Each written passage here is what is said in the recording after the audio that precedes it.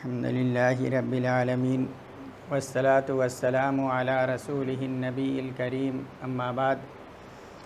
قال اللہ تعالی فی القرآن المجید یا ایہا الذین آمنوا اطیعوا اللہ واطیعوا الرسول ولا تبطلوا اعمالکم۔ اللہ رب العالمین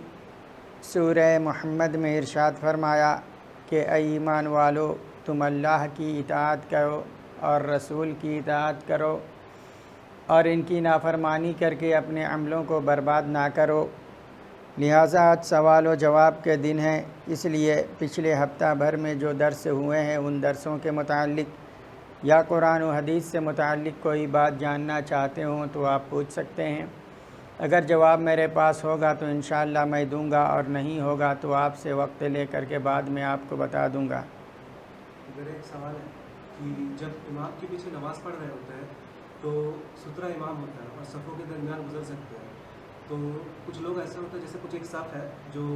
ایک رکعت پیچھے چل رہا ہے، لیٹ سے آئے، ایک رکعت چھوٹ گیا، تو پھر وہ ان کے لیے بھی امام سترہ ہوگا یا اس درمیان پھر نہیں ہوتا کہ اس میں نہیں گزر سکتے پیچھے؟ ان کا سوال ہے نماز کے متعلق کہ فرض نماز میں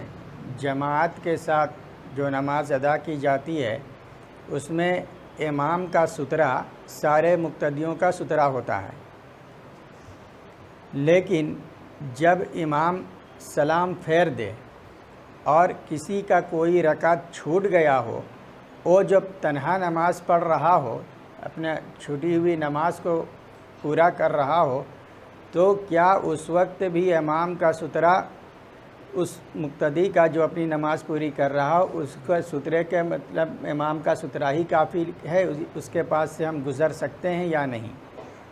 یہ ان کا سوال ہے۔ تو اس کا جواب یہ ہے کہ یہ تو ٹھیک ہے کہ فرض جماعت کے ساتھ نماز میں امام کا سترہ سارے مقتدیوں کا سترہ ہے، لیکن جب امام سلام پھیر دیتا ہے اور جن کی نماز رکعت چھوٹ گئی ہے وہ الگ سے پڑھتے ہیں تو وہ امام کے اتباع سے باہر ہو جاتے ہیں، وہ امام کی اقتداء میں نہیں رہتے، کیونکہ امام سلام پھیر دیا ہے، امام کی حالت بدل گئی ہے، وہ نماز سے نکل گیا ہے۔ وہ جو پڑھ رہے ہیں وہ اپنی چھٹی ہوئی نماز کو انفرادی طور پہ پڑھ رہے ہیں، تو وہاں پر امام کا سترہ اس کے لیے کافی نہیں ہے، بلکہ اس کے پاس سے نہیں گزرنا چاہیے، ان کے پاس سے نہیں گزرنا چاہیے، چونکہ امام جو ہے وہ سلام پھیر کے نماز سے نکل گئے ہیں۔ مسجد میں نماز پڑھ رہے ہیں تو عام نفل ہو سکتا ہے، سنت ہو سکتا ہے، آگے وہ جو بیٹھے ہوئے ہیں وہ بیٹھے ہیں، کتنا دور تک کے بیٹھے رہ سکتے ہیں؟ وہ سترہ کہاں تک یہ کام ہوگا عام طور سے مسجد میں؟ ان کا سوال ہے کہ سترہ کتنا دور رہنا چاہیے، تو اس کا جواب یہ ہے کہ سترہ جو ہے سجدے کے قریب ہو، جہاں پر ہم سجدہ کر رہے ہیں، ہمارا سر جہاں پر ٹک رہا ہے زمین پر، اس سے ایک بالشت آگے اگر ہم سترہ بنا لیں تو بنا سکتے ہیں، اتنا رہنا چاہیے، ہے نا۔ اور اگر اس سے کچھ زیادہ بھی ہو، کچھ زیادہ ہے، اتنا نہیں کہ ایک دم بالکل 2 صف 3 صف کے قریب، کچھ زیادہ ہو ایک بالشت سے، تب بھی جائز ہے، اتنا دور آپ سترہ بنا سکتے ہیں۔ جو نماز اپنا پڑھتا ہے سترہ وہ خود رکھتا ہے یا کوئی دوسرا آدمی سترہ رکھ کے جا سکتا ہے؟ جیسے ہم نماز پڑھیں سترہ نہیں بنایا اپنا، اسی ان کا سوال ہے کہ کوئی آدمی نماز پڑھ رہا ہے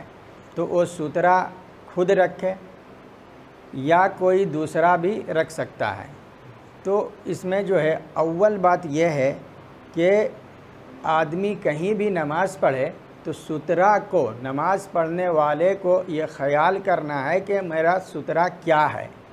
مطلب کس کو وہ سترہ بنا رہے ہیں۔ دیوار ہے، دیوار کے پیچھے پایا ہے،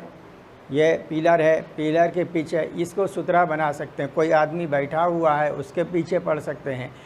اور سترہ یہ ضروری ہے، اس کو جو ہے کم نہ سمجھیں، سترہ ضروری ہے، سترہ بنانا چاہیے، سترہ کو بنا کر کے ہی نماز پڑھنا چاہیے۔ اور اگر ایسی صورت میں آدمی کبھی نماز پڑھ رہا ہو، بے خیالی میں سترہ وغیرہ نہیں بنا پایا، تو اگر کوئی دوسرا وہاں سے گزر رہا ہے یا اس کی ضرورت ہے تو وہاں پہ اس کے سترہ اگر رکھ کر کے، کوئی چیز رکھ کر کے اس کے آگے سے گزر جائے تو کوئی حرج نہیں ہے، رکھ سکتا ہے، لیکن یہ خیال رہے نماز پڑھنے والے کو سترہ خود بنانا ہے۔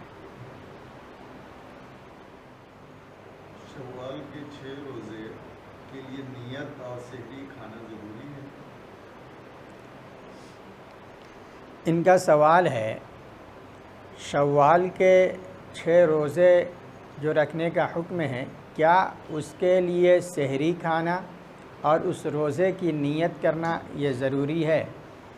تو آپ جان لیجئے کوئی بھی روزہ ہو، چاہے فرض روزہ ہو رمضان والا یا اس کے علاوہ جتنے بھی روزے ہیں، ہر روزے میں وہ نیت کرنا اس روزے کا یہ ضروری ہے، اور سحری بھی کھانا ضروری ہے، ضروری کھا سکتے ہیں۔ اگر ایسا آپ جاگ نہ سکے، اٹھ نہ سکے، وہ الگ مسئلہ ہے، لیکن نیت تو رات ہی سے ہونی چاہیے، نیت ضروری ہے اور سحری بھی ضروری ہے۔ سحری کا اس لیے نبی صلی اللہ علیہ وسلم نے، یہودی سحری نہیں کھاتے تھے، تو نبی صلی اللہ علیہ وسلم نے ہمیں سحری کا حکم دیا، تسحروا، آپ نے فرمایا سحری کھاؤ، کوئی بھی روزہ ہو، فرض ہو نفل ہو، کوئی بھی روزہ ہو، تسحروا، سحری کھاؤ، فإن السحور برکہ، نبی صلی اللہ علیہ وسلم نے فرمایا اس لیے کہ سحری میں اللہ نے برکت رکھی ہے، سحری میں برکت ہے، تو نیت بھی چاہیے اور اگر میسر ہو تو سحری بھی کھانا چاہیے۔